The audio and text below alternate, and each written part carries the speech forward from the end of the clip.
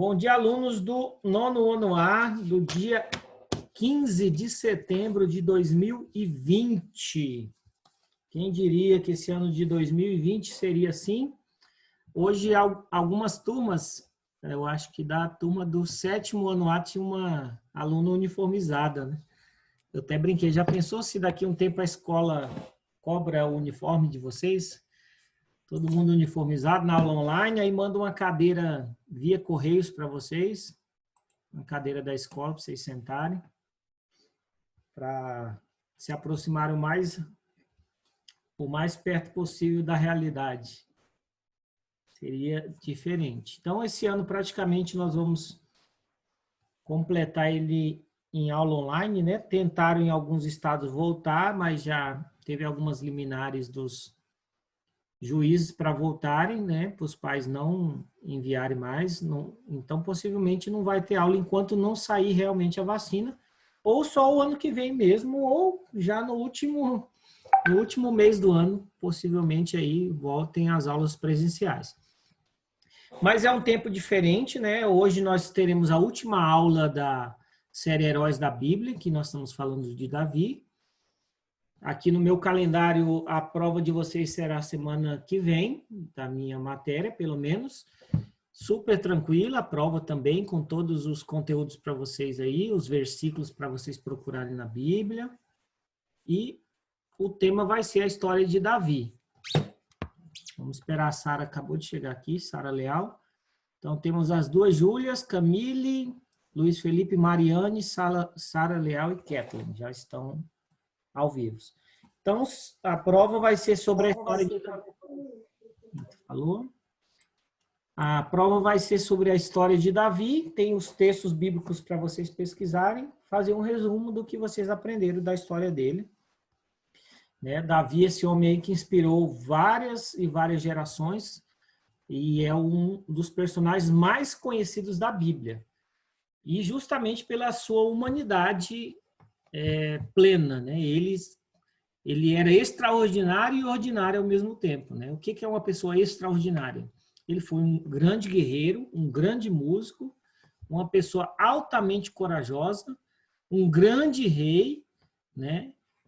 Uma pessoa muito temente a Deus, mas também cometeu o pecado de adultério, não foi um bom pai, os filhos deles escandalizaram muito o reino deles, fizeram muitas coisas feias e que constrangeram o pai.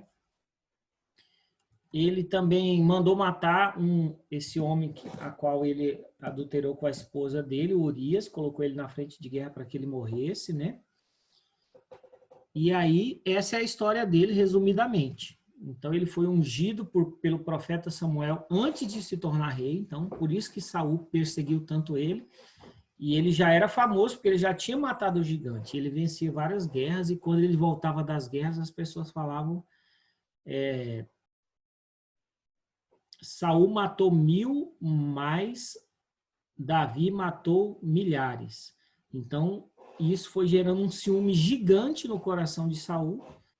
E se você pudesse me perguntar, professor, mas na nossa vida a gente tem pessoas também que podem tornar-se inimigos da gente simplesmente pela inveja, é o que mais acontece, né? As pessoas, elas podem invejar o seu cabelo, os seus olhos, os seus dentes, se você toca algum instrumento, se você é uma pessoa inteligente, tira boas notas. Todo mundo tem algo de bom. Se você é uma pessoa super legal, se você tem muitos amigos, se a professora e o professor gosta mais de você e demonstra isso, né? Se você é uma pessoa simpática, então, mesmo que você não declare guerra contra alguém, alguém pode declarar guerra contra você. Aí a pessoa te bloqueia nas redes sociais, fala mal de você pelas costas. Então, durante a nossa vida também nós podemos ser perseguidos. Eu que sempre fui uma pessoa super passiva, né? Nunca gostei de me envolver em briga, mas eu já tive vários inimigos declarados, pessoas que falavam que não gostavam de mim, e eles declaravam meus inimigos, mas eu não declarava eles como inimigos. Então, isso depende muito da pessoa a quem está te declarando você como inimigo, né? Então, não é porque ele me considera uma pessoa que eu vou me tornar essa pessoa. Não, eu não vou atacar ele, vou ficar na minha e vou viver a minha vida e vou ser feliz. Então, durante a vida de vocês também, vocês serão atacados, né? Às vezes injustamente, mas isso não pode definir a tua personalidade e quem você é. Você tem que continuar sendo o que você é, esperando o tempo certo. Você não precisa passar por cima de ninguém, porque Davi teve várias oportunidades de matar Saul. Saul estava tentando matar ele, imagina, perseguindo. Saul dorme ali no acampamento. Davi e outros soldados vão até onde ele estava dormindo, passa por todos os soldados, pega a lança de Saul, sobe ao amanhecer do dia. Ele fala: olha, Saul, conhece essa lança aqui? Ele falou: conhece, a minha espada, a espada. E ele falou: então, eu fui aí do lado seu quando você estava dormindo, peguei e não te fiz mal algum, poderia ter te matado. Saul fica desesperado, porque Davi poupou a vida dele. Então, Davi entendia que o propósito de Deus se cumpriria e não dependeria dele fazer algo ou não. Então, às vezes, você vai ser impulsionado a passar por cima de alguém, falar mal de alguém, tentar, principalmente quando você começa a trabalhar, você é muito perseguido no seu trabalho, na faculdade, você enfrenta também pessoas que te perseguem, e aí você tem que manter essa calma, essa tranquilidade para confiar que os planos de Deus vão acontecer na sua vida e que você não precisa tomar o lugar de ninguém. Legal, professor? Então, para a gente encerrar essa história, eu vou contar detalhadamente a parte em que todos conhecem, mas que tem partes que a gente não sabe e que nem eu sabia, porque cada vez que a gente estuda, a gente aprende um pouco, que é uma história detalhada do gigante em que Davi venceu. Por que essa história, professor, ela é tão conhecida por todos? Até quem não é evangélico conhece, pessoas que não creem em Deus conhecem, outras religiões conhecem, porque ela é uma história que ela é como se fosse um filme produzido ao vivo ali, de forma materialista, né? Materializada na história de Davi, em que ele vence um gigante. Todos nós temos gigantes na nossa vida. Vocês estão no 9º ano. Qual é o próximo gigante? Concluir os estudos, né? Na época dos meus avós, vários deles desistiam da escola, né? Muitos dos seus avós não concluíram os estudos, porque achavam que isso era um gigante. E normalmente eles tinham que trabalhar mais, né? Casavam cedo. A minha irmã mesmo casou com 13 anos, foi embora de casa, já estava grávida, não concluiu o ensino médio. Então, vocês vão vencer essa etapa do conhecimento de vocês, vão entrar no ensino médio. Aí vai vir outro gigante, que é a faculdade. Muitos vão querer já começar a trabalhar, abrir uma empresa, ser um empresário, um microempresário, né? Uma loja de doces, de cosméticos, vender Mary Kay ou Tupperware. E outros vão falar: não, eu quero ir mais, quero ser um advogado, um doutor, um médico, um especialista em alguma coisa, um psicólogo, um veterinário, um dentista. Isso vai te custar, vai ser um gigante que você vai estudar 4, 5 ou às vezes até 6 anos a mais. Terminou a faculdade, aí vocês começam a pensar em outra coisa, que é o casamento. Qual é a pessoa que eu vou escolher? Será que essa pessoa vai me fazer feliz? Será que eu vou ser feliz com ela? Será que eu vou admirar ela e ela vai me admirar? Será que é uma pessoa que realmente é bonita, né? Conforme os meus olhos, porque a beleza muda conforme cada pessoa, conforme a pessoa. Tem pessoas que acham bonitas pessoas de cabelo cacheado, cabelo liso, pessoas mais magras, mais cheinhas, pessoas mais fortes, pessoas mais magras, pessoas morenas, mais bronzeadas, pessoas da cor afrodescendente. Então, cada um vai escolher a pessoa que vai conviver com você, e isso é um desafio. Talvez uma das maiores escolhas da minha vida foi a minha profissão e o meu casamento. Eu estou casado há 8 anos. Estou muito feliz, é uma pessoa que me admira e eu admiro ela, e nós nos damos muito bem e temos muitas coisas em comum. Normalmente, 90% das coisas que eu gosto, a minha esposa gosta.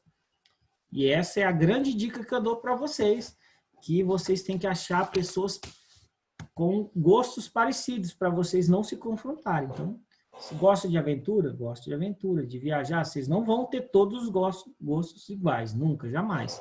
Mas grande parte deles tem que ser mais do que menos. Então, se você tem 10 coisas que você gosta e 2 só que a pessoa não gosta, igual você, tá bem, 2, 3. Mas se você tem 10 coisas que você gosta, só tem uma que a pessoa gosta, então a pessoa não gosta de ir no cinema, não gosta de viajar, não gosta de ir na igreja, não gosta de tomar sol, né? Não gosta de se aventurar, de ir coisas de aventura, não gosta de se vestir bem, comer bem. Cada pessoa tem um gosto, né? De limpeza. É uma das coisas que mais dá briga nos casais, são as limpezas. Um gosta de tá tudo arrumadinho, outro não, prefiro bagunçado mesmo. Outros são asseados, né? Limpinho, lavam a louça, cuidam das nossas roupas, cuidam das suas coisas. Deixam tudo no lugar. Tem gente que é altamente desorganizado. Isso dá uma briga e fim de casamento aí. Muitos casamentos se encerram por essas incompatibilidades. Tá legal, professor. Então, vamos lá para a história? Vamos. Ela aqui bem detalhada. Primeiramente, a gente conheceu um pouco de Golias, né? Golias, ele recebeu esse nome que significa exilado. Na Bíblia, ele é um guerreiro lá da cidade de Gate. E se alguém te perguntasse assim, tá legal, você conhece a história de Davi e Golias, mas aonde que está escrito na Bíblia? Será que você sabia responder? Está lá no livro de 1 Samuel, o primeiro livro de Samuel, que é o profeta que ungiu ele. É só você lembrar de quem ungiu Davi. Foi Samuel. Então é lá em Samuel que está escrito a história de Davi, completa a história dele mesmo, né? E também do gigante Golias, está no capítulo 17 que ele vence.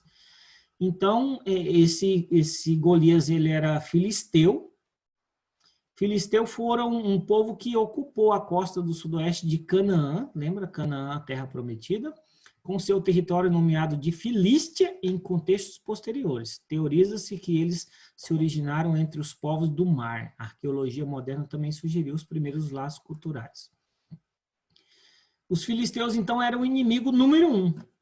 Se você assistiu algum jogo de Brasil e Argentina há uns 10 anos, 20 anos atrás, toda vez que Brasil e Argentina jogavam, dava briga de porrada, de soco, de murro, de pancadaria. Porque eles eram inimigos mesmo, eles não se suportavam. Onde eles se viam, porque o argentino ele é muito agressivo no futebol, né? Agressivo no sentido que ele empurra mais, ele dá o carrinho mais forte. E isso o brasileiro não aceitava, e tinha muita briga. Então, se teve muita brincadeira durante esse tempo de que os argentinos eram nossos inimigos. Então, o argentino vinha para o Brasil, sofria bullying e tal, tinha toda essa questão. Então, o filisteu era um povo que guerreava muito com o povo de Israel, né? Olha aqui, ó, Israel oficialmente é o Estado de Israel, é uma democracia parlamentar localizada no Oriente Médio, ao longo da costa oriental do mar Mediterrâneo. O país faz fronteira com o Líbano do norte, a Síria a nordeste, com a Jordânia e a Cisjordânia no leste, com o Egito e a faixa de Gaza. Será que eles estão ferrados? Eles estão no fogo cruzado, onde todas as balas se encontram, estão o povo de Israel. E eles são menores do que muitos estados do Brasil. Não chega aí daqueles estados do Nordeste, deve dar um tamanho lá, muito pequenininho lá, Israel. Só que eles não perdem uma batalha, eles estão no meio do fogo cruzado ali, só gente da bala e da bomba. E o nome Israel significa guerreiro, aquele que guerreou com Deus. Deus fez desse povo o povo mais guerreiro da terra. Tanto que eles dão treinamento no planeta inteiro, e o exército mais bem treinado e mais temido do mundo ainda é o povo de Israel, que até hoje existe lá, a nação de Israel, né, que está lá, próximo de todos esses países da faixa de Gaza, Cisjordânia, Jordânia. Então, é uma promessa que Deus deixou para eles, que eles nunca seriam destruídos e que eles seriam muito guerreiros. Então, vocês podem ver que direto, olha lá no jornal, Israel lançou um míssil em tal lugar. Então, quando eles percebem que alguém está pensando em atacar eles vão lá e atacam, para não criar uma bomba grande para destruir eles. Então, Israel é o único país que ele não espera nenhum inimigo atacar, ele sempre ataca primeiro. E estão lá sobrevivendo, e isso é promessa bíblica até nos dias de hoje, e isso acontece. Legal, professor. Então, segundo o livro de 1 Samuel, Golias era um homem de grande estatura, né? Mas qual que era aproximadamente? Ele tinha ali quase 3 metros, 2,83 metros, como a medida do côvado, né? Que é uma medida de comprimento usada por diversas civilizações antigas, né? Não tinha 1 centímetro nem 1 metro, né? É o côvado que eles usavam. E isso mudava entre 45 e 52 centímetros. Então, Golias pode chegar de 2,92,5, né, 2 metros, 92,5, a 3,38 metros. Nós pesquisamos na outra turma ali, o homem mais alto que existe no planeta, que está lá no Guinness Book, ele tem 2,51 metros. Então, mesmo o homem mais alto que já existiu, que está no Guinness Book, livro dos recordes, esse Golias ainda ultrapassa ele no tamanho. Então, era um homem muito temido, né? A Bíblia conta que ele era muito alto. E o interessante é que ele usava essa roupa aqui, ó. Vou colocar para vocês verem. Professor, você já viu essa roupa em algum lugar? Eu já vi quando você vai em um açougue. Todo açougue ou na JBS, locais que fazem cortes de animais, né? Mexe com carne, com faca, com coisas afiadas, eles usam esse tipo de roupa até hoje, que é uma malha, né, que ela é feita de uma proteção tanto para as mãos quanto para o corpo, e ela é feita de argolas de metal. Então, se uma faca passa, ela não perfura e nem corta. Teve um colega meu que ele trabalha no frigorífico, ele é do meu pequeno grupo. Ele disse que eles cortam a carne assim, né? E ele esqueceu de colocar essa malha. E aí ele passou a faca aqui na carne, a carne estava muito macia, ultrapassou e ficou bem na barriga dele. Ele sangrou até morrer. Aqui no frigorífico JBS, aqui pertinho. Na saída aqui para Cidrolândia Então, é muito perigoso. E aí, Golias usava essa roupa, porque ele era um guerreiro, né? E aí essa roupa, se alguém fosse atacar ele, não conseguiria perfurar ele. Você imagina. Só isso pesava 57 quilos, que era equivalente a 5.000 ciclos. A Bíblia conta que Davi era um rapaz, então, fazendo as contas, possivelmente só essa roupa de Golias pesava mais do que o peso inteiro de Davi. Aí você imagina por que esse gigante ficou 40 dias, a Bíblia conta também aqui, ó. O desafio dele durou 40 dias. Imagina alguém 40 dias cedo, a Bíblia fala manhã, tarde e noite. Ele ia para confrontar esse povo. Falar, olha, vocês não são de nada, o Deus de vocês não são de nada, e vocês também não são de nada, durante 40 dias, mas ninguém tinha coragem. Imagina quantos soldados tinha Israel. E aí vem esse rapazinho, que tinha um currículo fantástico, né? Mas o rei, se você fosse Saul, você confiaria o seu reino a uma batalha de duas pessoas? Aqui, ó, o resultado determinaria qual exército se tornaria servo do outro. Então, por que existe uma batalha de duas pessoas? Porque em vez de morrer vários soldados, morre só um. Mas aquele que perder, todos os outros se tornam servos deles, perdem a batalha, e a guerra está vencida. Vocês vão ser nossos escravos. Então, ninguém queria correr esse risco, é o medo moral, o medo de morrer e saber que esse gigante era quase que invencível pelas coisas que ele tinha, né? Ele tinha essa cota de malha de bronze, ele carregava um escudo de proteção e uma lança, cuja ponta de ferro dela pesava 6 quilos. Sua haste foi descrita como eixo de tecelões. Então, era um soldado altamente protegido. Uma espada gigante, um escudo gigante, uma lança gigante. Tudo era feito sobre medida para ele, né? As roupas. Então, ninguém queria passar por isso. Você já passou por algum momento que ninguém acreditava em você? Sua mãe já deixou você fazer algo e ficou pensando, será que minha filha vai conseguir lavar essa roupa, passar essa roupa, fazer essa comida? Alguns pais arriscam ilegalmente aí entregar o carro para o filho, né? Muitos, principalmente esses que moram em fazenda, né, que não tem trânsito, entrega o carro para o filho dirigir um pouco e tal. Então, você já consertou algo aí na sua casa? Um chuveiro quente? Ou já lavou o carro do seu pai? Então, na nossa vida, as pessoas confiam algo a nós que não, normalmente não é habitual. Mas pelo nosso currículo, né? Porque Davi, ele tinha um currículo muito bom. Ele tinha matado um urso e matado um leão com as próprias mãos. E isso era fenomenal. E isso possivelmente chegou ao ouvido do rei. Só que o rei Saul foi muito corajoso, né? Entregar o reino dele a alguém que ia enfrentar o gigante com uma funda, que era uma estilingue, né? Um tipo de estilingue, só que sem um cabo. Você coloca ali a pedra, roda e solta uma parte de couro, e aí essa pedra pega uma velocidade. Foi o primeiro atirador de elite da história, Davi, atirar certeiro na testa do gigante, a ponto de encravar na testa dele e o gigante cair com o rosto em terra. Continuando, pouco depois de Davi ter sido ungido por Samuel, né, que até hoje acontece, né, até no filme Rei Leão, quando o macaco passa lá aquele líquido que ele faz ali no coco, passa na testa do Simba ali, simbolizando a unção, né, a aplicação de substância oleosa, muitas vezes possui uma conotação religiosa ao simbolizar a concessão de autoridade a alguém. Quando você está falando, essa pessoa aqui é realmente está pronta e apta com toda a autoridade sobre ela. Hoje em dia eles dão anéis, né, para juízes, promotores, tem aquelas capas, né, você viu o ministro do Supremo Tribunal Federal e do STJ também, eles usam capas, né, e outros, o nosso presidente, no caso, usou uma faixa presidencial, e cada país, cada cidade, cada cultura tem uma forma de simbolizar a autoridade. Normalmente há um pastor dá uma Bíblia, né, dá um cajado, tem pastores que ganham um cajado, né, como se fosse um pastor de ovelhas.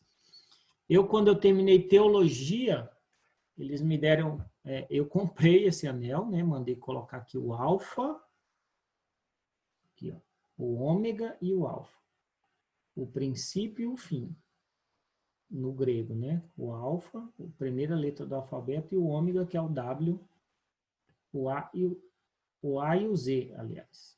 A última letra do alfabeto, o Z, alfa e ômega.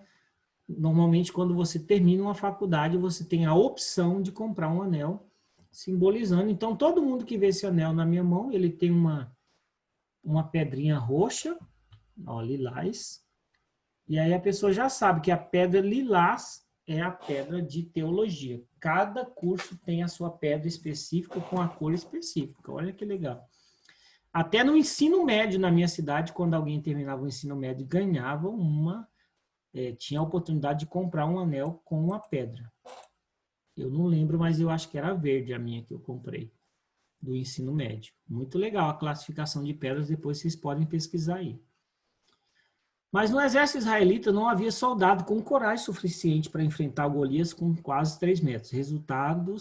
Recrutados para fazerem parte de exércitos de outros povos, essa quadra da história já não existiam gigantes verdadeiros, e sim descendentes de menor estatura. Então, mesmo Golias sendo gigante, os Enaquins eram maiores, então possivelmente ele já era um tipo de pessoa menor do que os que existiam, que eram bem maiores, e falam que historicamente essas pessoas existiam mesmo, e que quem é descendente desses gigantes até hoje cresce muito, né? A maior pessoa que eu já vi próximo de mim, ele tinha 2,5 metros. É muito grande. Ele de joelho ficava do meu tamanho. Invocando o nome de seu Deus para o mal contra Davi, Golias riu-se dele, perguntando se ele era um cão para que viesse com ele com cordas, referindo-se à funda que Davi usava. Então, Davi chega lá com aquela funda, que em forma de corda, mais uma pedra, e fala assim: eu sou cachorro não, rapaz, para você vir comigo. Mas Davi falou: tu vens comigo, a mim, com espada e lança e com dardo, mas eu chego a ti com o nome de Jeová dos Exércitos, o Deus das fileiras combatentes de Israel, de quem escarneceste. Lembra que a Bíblia fala para a gente não se assentar na roda dos escarnecedores ou zombadores, pessoas que praguejam, falam palavrão, falam mal, maquinam o mal, estão ali escarnecendo, falando coisas sujas, pesadas. São os escarnecedores, zombando das situações das pessoas. Apresentando-se Davi, pegou a pedra e atirou com a funda, e ela penetrou na testa de Golias. Significa que o crânio dele foi rachado ali de tanta velocidade, porque a Bíblia conta que ele pegou pedras lisas, né, que cortam o vento e tudo. A aerodinâmica aí já trabalhava nessa época. Não deve ter lhe matado instantaneamente. Então, possivelmente, Golias não morreu com a pedrada, porque a Bíblia diz que Golias caiu com a face em terra, Davi apressou-se, pegou a espada de Golias e entregou-lhe a morte, definitivamente cortando a sua cabeça. Quando viram seu campeão morto, os filisteus fugiram. Mas aí o povo de Israel, que eram os soldados, ficaram cheios de coragem, saíram correndo atrás deles, perseguiram e mataram eles dezenas de dezenas até a sua cidade. Davi tomou então a cabeça do filisteu e a levou a Jerusalém. Loucura, né? Você sair com uma cabeça de uma pessoa de uma cidade a outra. E as armas dele pôs na sua tenda. Eu imagino que Davi tenha guardado essas armas até o fim da sua vida, né? Ele vai lá, mata o gigante, aí ele leva a espada, a lança, aquela roupa de metal e mais o seu escudo. Imagina a autoridade que tinha. Para todo mundo contando essa história aí por mais de 1000 anos, né? Olha esse rapaz aí, foi ele que matou o gigante Golias. Aí na sua casa tem alguma coisa que você simboliza que você venceu algo, né? Aqui, por exemplo, eu coloco certificados, né? Quando eu faço um curso, as minhas faculdades, a gente ganha um certificado, a gente fica bem top, né? Aí eu coloco num quadro, tanto do ensino médio, da minha faculdade de teologia, minha pós-graduação em aconselhamento, e agora eu estou terminando pedagogia, vou fazer um quadro também, colocar. São coisas que a gente vence, né? Vamos ver quem que respondeu. Será que na sua casa tem alguma coisa que demonstra que você é campeão em alguma coisa, né? Uma medalha de natação, de dança. A Júlia Bueno colocou meu quadro de formatura. Então, ali a formatura também fica legal, né? Às vezes uma foto, a pessoa chega, poxa, a pessoa é formada, né? Então, as viagens que a gente faz também, eu já fui em várias casas de casais que eles comemoram as viagens, né? Então tá lá o Chile, Estados Unidos, a Disney, Paris, Cancún, México, né? Foram na Índia, lá em Bonito também, né? No Nordeste, nas praias. Pessoas que trazem aquelas garrafinhas que tem uma embarcação dentro, né? Dentro de uma garrafa de vidro vem uma caravela ali também legal. Tem gente que enche a casa de livros, mostra que a pessoa é uma boa leitora, ou só uma compradora de livros. Tem gente que mais compra livros do que lê, né? Então, aqui na minha casa tem, aqui tudo cheio de livros, né? E eu não sou um bom leitor, mas eu tenho muitos livros. Então, cada um vai montando a sua forma de demonstrar que venceu na vida, né? E tem uma forma que a gente anda sempre no dedo, que é a aliança. Essa aqui eu só tiro para tomar banho quando eu vou dormir, para não incomodar. Mas sair de casa, ó, é o símbolo máximo de que eu estou comprometido já há 8 anos com a minha esposa. E aqui dentro da aliança vem o nome dela. Ela é feita sem emenda para nunca quebrar e é feita de um material que dura para sempre. O ouro pode passar 100 milhões de anos que ele nunca vai acabar. Pode entrar terra aqui, pode ferrugem, até fogo, barro, aonde o ouro é invencível. Legal? Espero que vocês tenham gostado da aula de hoje, a última aula sobre a história de Davi. Semana que vem vocês vão estar sendo avisados aí, a semana de provas. Isso tudo depende da coordenação, né? E aí eles vão avisando para vocês. Semana que vem a gente inicia uma nova série de estudos. Nosso ano está acabando, vocês estão indo muito bem nas provas aí. E todo mundo vai passar de ano, vai mudar de série. E nos vemos presencialmente a qualquer momento. Até a próxima aula. Deus abençoe a todos. João Guilherme, Júlia, Perim, Bueno, Júlia Bueno, Camille, Luiz Felipe, Mariane, Rafael, Sara, Leal, Kathleen e Maria. Até o próximo encontro. Tchau.